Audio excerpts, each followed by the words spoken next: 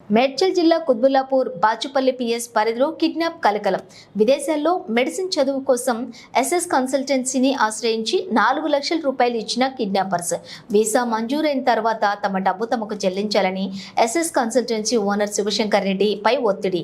డబ్బు తిరిగి ఇవ్వనందుకు నిన్న రాత్రి ఎర్టిగా కారులోని 8 మంది వచ్చి శివశంకర్ రెడ్డిని కిడ్నాప్ చేసి అడ్డొచ్చిన కుటుంబ సభ్యులను కొట్టిన పరారైనటువంటి కిడ్నాపర్స్.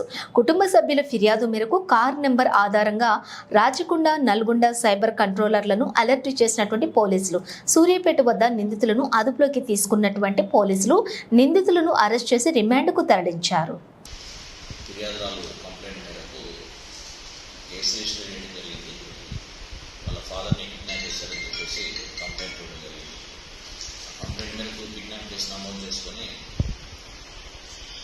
టీమ్ ఫామ్ చేసేసి సీసీ కెమెరా చెకింగ్ తర్వాత వాళ్ళు చెక్ చేస్తూ సూర్యాపేట దగ్గరలో పట్టుకోవడం జరిగింది. సూర్యాపేట పోలీసులు సహకరించారు.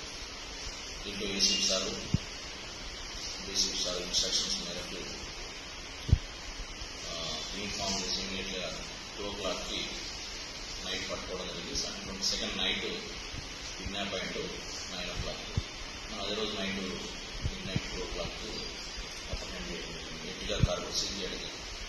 ఫ్యాక్ట్స్ ఏంటంటే మోటివ్ ఏంటంటే ఈయన శివశంకర్ రెడ్డి అంటే 55 years ఓల్డ్,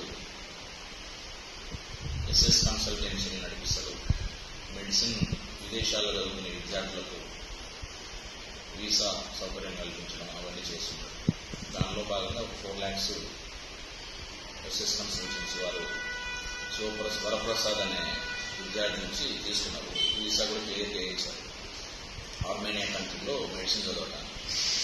సో ఆ అమౌంట్ మళ్ళీ రిటర్న్ ఇవ్వమని చెప్పేసి వీళ్ళు ఆయన గత 6 months నుంచి అడుగుతున్నారు. ఆయన ఇవ్వట్లేదని చెప్పేసి వచ్చి ఆ నేపథ్యంలో అది కారణంగా చూపుతూ నేను ఎర్టిగా కారులో 8 మంది వ్యక్తులు వచ్చి ఎర్రలి నేషనల్ అదర్స్ సూర్యాపేట వాసులు వచ్చి నేను తిరుసంకల్ నిజాంపేట ఉన్నటువంటి శివశంకర్ రెడ్డిని కిడ్నాప్ చేసుకుని కారులో తీసుకొని బలవంతంగా తీసుకుని వెళ్ళిపోవడం జరిగింది. సెల్ ఫోన్ స్విచ్ ఆఫ్ చేశారు.